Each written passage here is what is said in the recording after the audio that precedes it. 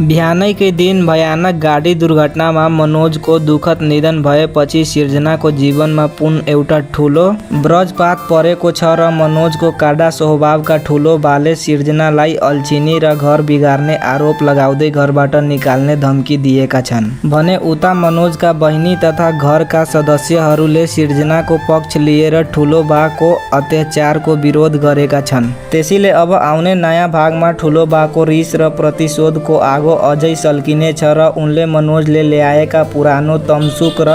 ऋणको कागज पत्र देखाएर परिवारलाई सुकुम्बासी बनाउने तथा घर जग्गा हडप्ने नयाँ षड्यन्त्र बनाउने छ, जसका कारण मनोजकी आमा र बहिनीमाथि ठुलो आर्थिक तथा मानसिक दबाव सिर्जना हुनेछ र सिर्जनाले उनीहरूलाई यो सङ्कटको घडीमा एक्लै छोडेर जान अस्वीकार गर्छ। ठुलो बाको अत्याचार विरुद्ध खडा हुने निर्णय गर्नेछन्। अर्कोतर्फ बसन्त जिउँदै बचिसकेको र आफूहरूले गरेको जानलेवा आक्रमणको पर्दाफास हुने डरले इन्द्रेणी र उसका साथीहरूले अत्यन्तै आतंकित बनेका छन्। त्यसैले आगामी एपिसोडहरूमा इन्द्रेणीले बसन्तलाई प्रहरीसम्म पुग्न नदिने वा उनलाई पुनः सिर्जनाको जीवनबाट टाढा धकेल्नका लागि अर्को भयानक योजना बनाउने छ, जहाँ उसले गाउँमा बसन्त र सिर्जनाको सम्बन्धलाई लिएर नानाभाँती गलत हल्लाहरू फैलाउने काम गर्नेछन् ताकि गाउँलेहरूले सिर्जना र बसन्तलाई सामाजिक रूपमा तिरस्कार गरून्। उता मनोजको 13 दिने काज क्रिया सकिएपछि सिर्जनाको बुवा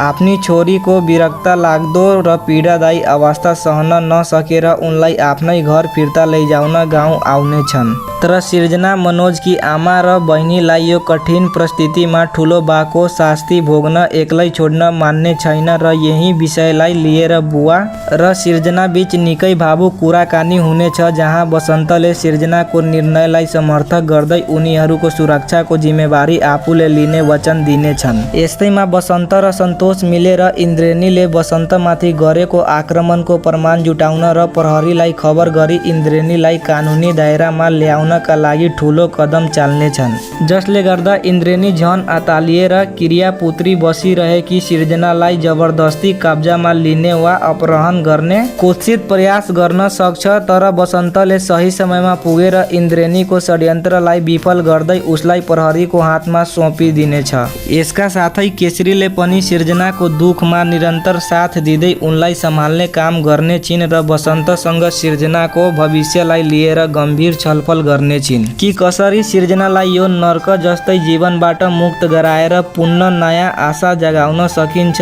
जसले गर्दा आउँदा एपिसोडमा अत्यन्तै भावुक रहस्य र ट्रेलर भरिपूर्ण हुने पक्का छ। त्यसैले कथाको आगामी प्रत्येक मोड निकै रोमाञ्चक र चासोका साथ हेर्न लायक छ र यदि तपाईहरूलाई यो हाम्रो विश्लेषणात्मक तथा भविष्यवाणी भरिपूर्ण भिडियो प्रस्तुत मन पर्यो भने कृपया भिडियोलाई अहिले नै लाइक गरिदिनुहोला। तल कमेन्ट बक्समा आफ्ना अमूल्य विचार र प्रतिक्रियाहरू लेखेर हामीलाई प्रोत्साहन दिनुहोला अनि आगामी नयाँ भागहरू यस्तै नयाँ अपडेट निरन्तर प्राप्त गर्नका लागि हाम्रो युट्युब च्यानललाई अवश्य पनि सब्स्क्राइब गरी साथै रहेका घन्टी बटनलाई थिच्न नबिर्सनुहोला। त्यसपछि कथाले अझै अनपेक्षित र डर लाग्दो मोड लिनेछ, जहाँ इन्द्रेणीले प्रहरी र कानुनको फन्दाबाट बच्नका लागि आफ्नो अन्तिम र सबैभन्दा खतरनाक खेल खेल्नेछ। उसले बसन्तलाई बाटोबाट हटाउन नसकेपछि अब सिर्जनाको परिवारलाई नै धम्कियाउने र मनोजको ठुलो बासँग हात मिलाएर एउटा नयाँ षड्यन्त्र रच्नेछ।